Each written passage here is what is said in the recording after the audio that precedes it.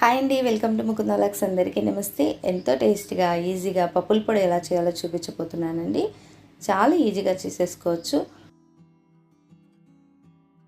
ముందుగా ఒక ప్యాన్ పెట్టుకొని 1 స్పూన్ ధనియాలు, కొద్దిగా కొబ్బరి, 1 స్పూన్ జీలకర్ర వేసుకొని వేయించుకోవాలి.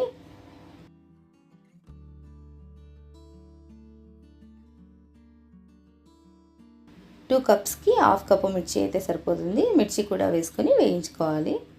పప్పులు ఎండలో పెట్టుకున్నా సరిపోతుందండి, ఒక హాఫ్ అన్ అవర్. లేకపోతే ఇలా కొద్దిగా హీట్ అయితే చాలు. తర్వాత ఒక మిక్సీ జార్ తీసుకొని అందులోనే మనం వేయించుకున్న దినుసులన్నీ వేసుకొని మెత్తగా మిక్సీ పట్టకుండా ఇలా పలుకుగా మిక్సీ పట్టుకోవాలి.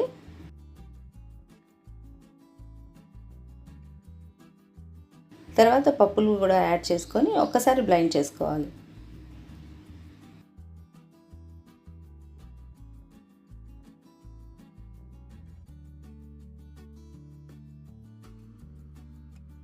అందులోనే కొద్దిగా సాల్ట్, తెల్లగడ్డలు కూడా వేసుకొని 1 టైం బ్లెండ్ చేసుకుంటే చాలు.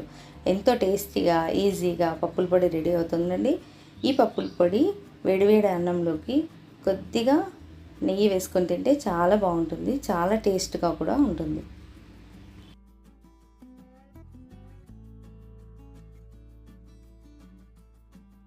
ఈరోజు టేస్టీగా హెల్తీగా ప్రోటీన్తో ఉండే కరివేపాకు పొడి ఎలా చేయాలో చూపించబోతున్నానండి.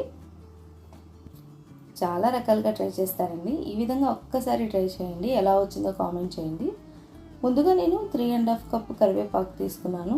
శుభ్రంగా కడిగి ఒక క్లాత్ మీద ఆరేసుకొని పక్కన పెట్టేసుకున్నాను. అదే కప్పులో హాఫ్ కప్పు మిరపకాయలు తీసుకున్నానండి. ఇంకా అన్నీ నార్మల్గానే ఒక ప్యాన్ పెట్టుకొని ప్యాన్లో 1 స్పూన్ శనగబెడలు, 1 స్పూన్ ఉద్దిబెడలు, కొద్దిగా ఆయిల్ వేసుకొని దోరగా వేయించుకోవాలి.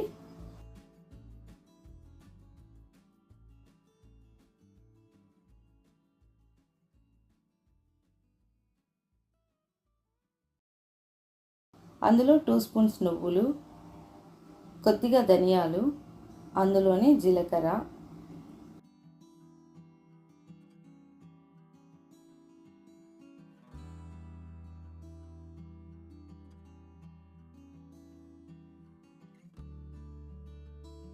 హాఫ్ కప్పు ఒట్టిమిరపకాయలు వేసుకొని దోరగా వేయించుకోవాలి.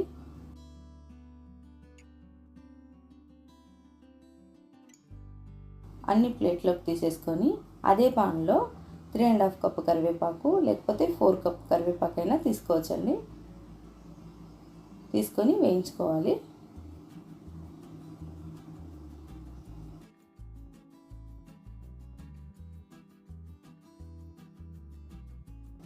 కరివేపాకులోనే కొద్దిగా చింతపండుని వేసుకోవాలి.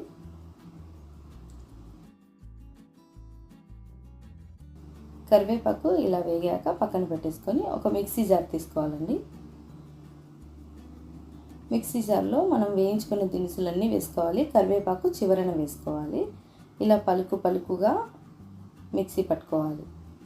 తర్వాత కరివేపాకు కూడా వేసుకొని ఒకసారి మిక్సీ పట్టుకోవాలి. కొద్దిగా సాల్ట్ కూడా వేసుకోవాలి.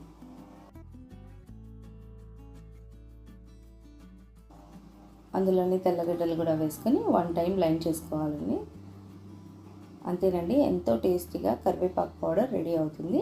మీకు ఇష్టమైతే పసుపు కూడా వేసుకోవచ్చు, లేకపోతే లేదు. ఖచ్చితంగా అన్నం తినేటప్పుడు కానీ, ఇడ్లీలో కానీ, దోశలో కానీ 1 స్పూన్ కరివేపాకు పొడిని తింటే జుట్టు సమస్య కానీ, శరీరానికి కూడా ఎంతో మంచిది.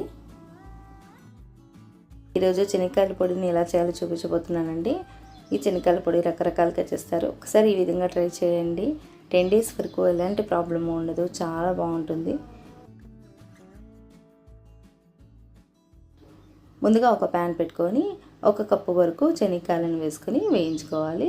1 కప్పు శనగకాయలకి హాఫ్ కప్పు మిర్చి అయితే సరిపోతుందండి. ఇంకంతా నార్మల్. ఇవి కొబ్బరి, ధనియాలు, జీలకర్ర అన్నీ 1 స్పూన్ అయితే సరిపోతుంది. స్టెప్ బై స్టెప్ ఒక్కొక్కటి వేయించుకోవాలి. శనగకాయలు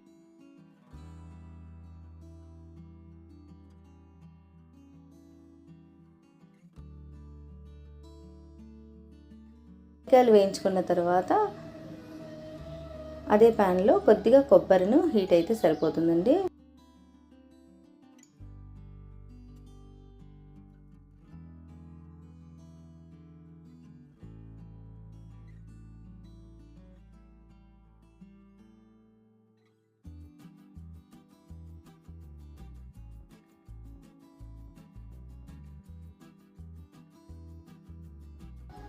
ధనియాలు జీలకర్రను కూడా వేసుకొని వేయించుకోవాలి. అలాగే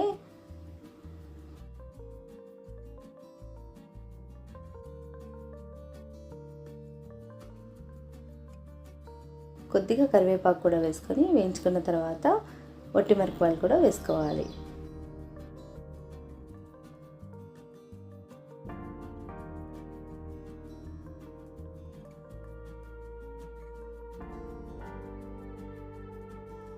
అన్నీ దోరగా వేగాక పక్కన పెట్టేసుకొని చల్లారాక ఒక మిక్సీ జార్ తీసుకొని మనం వేయించుకున్న దినుసులన్నీ అందులో వేసుకొని పలుకుగా మిక్సీ పట్టుకోవాలి. కొద్దిగా సాల్ట్ వేసుకోవాలి, తగినంత సాల్ట్ వేసుకొని పలుకుగా మిక్సీ పట్టుకోవాలి.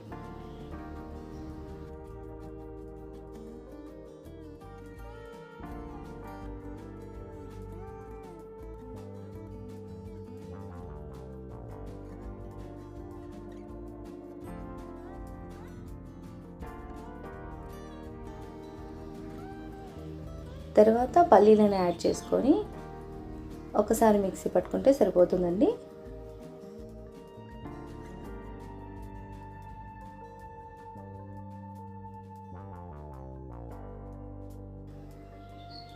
అందులోని కొద్దిగా తెల్లగడ్డలు, నేను బెల్లం వేసానండి. మీకు ఇష్టం ఉంటే వేసుకోవచ్చు, లేకపోతే స్కిప్ చేసేసుకోవచ్చు. ఒకసారి బ్లెండ్ చేసుకుంటే ఎంతో టేస్టీ, ఈజీగా, రుచికరంగా ఉంటుందండి ఈ శనగకాయల పొడి.